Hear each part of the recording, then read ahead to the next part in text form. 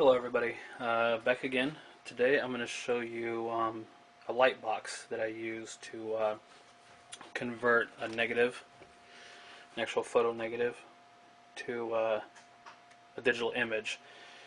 Then you can convert that with software into just a regular digital image, just to save it, to convert the colors. But before you can convert the colors, you need to capture the negative image.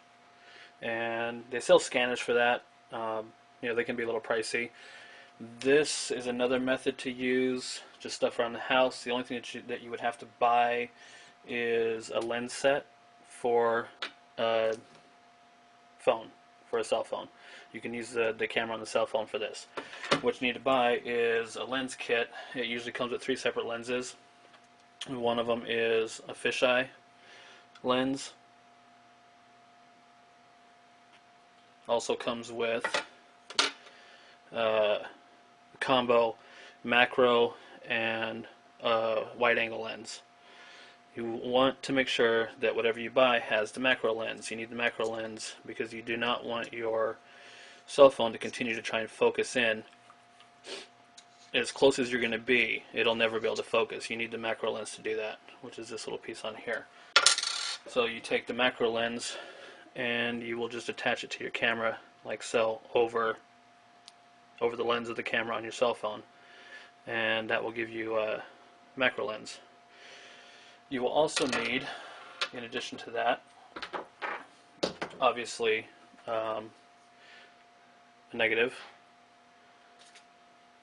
You'll need a light, some type of light, small one, bright, obviously. You'll need 2 pieces of glass to put the negative in between, to get it to lay flat, because a lot of times your negatives will curl up as they get older. So you need 2 pieces of glass to sandwich them together, and you'll put the negative in between the 2 pieces of glass. Also make sure that this glass is very clean. Any spots on here at all, any specks of dust or fuzz or anything will be magnified 100-fold with the macro lens. It's very, very close, and you'll understand why in a minute when I actually take the photo.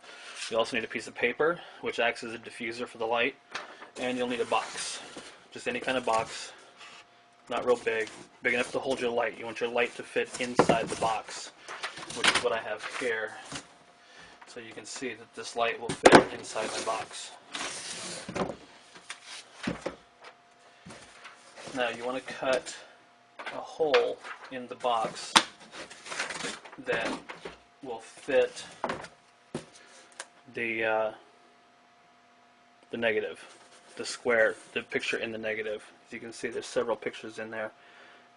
It's separated by the lines, those little clear lines in between each one. You can see that.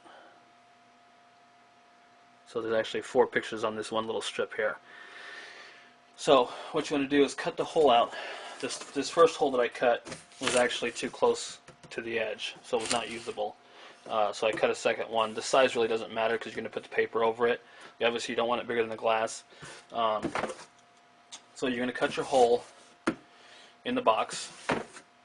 Then you want to take your first piece of glass and just lay it over the opening.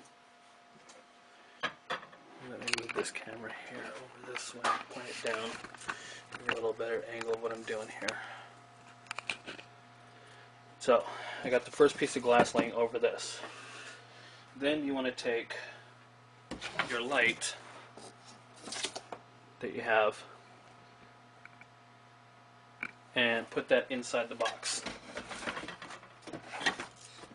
Turn it on. Now you can see that the light is coming straight up through the hole, which is no good when you're trying to take a picture of the negative. It'll wash it out if you have too much light coming through. That's why I used a piece of paper. The piece of paper goes underneath and acts as a diffuser for the light. Much better. So then with that, I will then take the negative, and whichever shot you want, just lay it over the hole. Then use your second piece of glass, lay it on top, and that will flatten out your negative.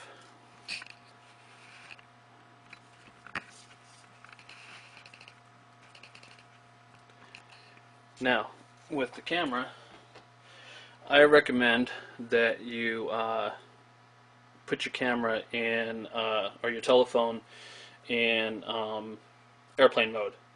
So that way you won't get a call or text message or anything while you're in the middle of trying to take a picture, because you're going to have to hold this camera very still while you're actually taking the photograph of your negative. And if you have to move, then it screws it all up, and it's no good.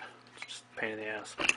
So next thing I'm going to do, get this as close for you as possible to see what's going on here. There we go. Now this I'm using a DSLR camera to try and take this picture, and it won't focus this close. You can see I'm right up on the negative, and it won't focus. You need a macro lens. Now the macro lens for your cell phone is much cheaper. I got that online for like $10. So they're very, very cheap to come by. Now the key to this is to obviously a little steady hand. But what you want to do is take your macro lens. Now you'll see how clear this is going to come into view on the cell phone itself. Now you can see how much closer that is. It's actually taking up the whole frame of the camera on the cell phone, which is what you want to do. And there's no way to do that without the macro lens on here. Now if I remove the macro lens, then you'll see. Let me take this out for you a little bit. You can see the white lines there of the image itself. Now I'm not even 2 fingers away from the negative. Now if I remove the macro lens, it constantly tries to focus and refocus, and it can't focus on the picture that close. It'll constantly jump around and move on you. So you want to have the macro lens on there, and that will allow you to get super close and fill the image up with your camera on the cell phone. So once you get that close, oops, there we go. Once you get it that close, this also acts as kind of like a crop tool, because you can put this image wherever you want. You can just zoom in on the face, and you can see how clear that is. And I'm just getting closer and closer. I'm like a finger width away from that photo. So you can get very, very close with the macro lens, and then just take a shot. Then you can preview it,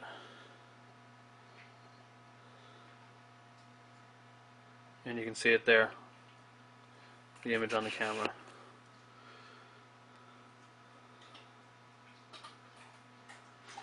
Now that's all you need to do to actually get it to a digital image. Once you do that, then you can use programs such as there's different Photoshop programs that you can use to actually convert the image, to invert the image, which switches it from a negative to a positive image. You can use Photoshop. You can open it with Paint in Windows. In Paint, Control-I will flip the image, the colors. There's lots of different programs you can buy, some freeware, but that step is much more involved, much more detailed, because you have to constantly adjust the colors depending on how old the negative is. It degrades, so you may get it real green, it may come out real blue. You'll have to adjust the colors and just play with it. That's just the way it is. But this is the easiest, cheapest way that I've found to actually convert a physical negative into a digital image, and then from there you can do whatever you like. Please remember to like, share all my videos. Any comments, suggestions, let me know. I'll do my best, give you guys more information. Anything that I know I can pass along. And have a good day. We'll see you next time.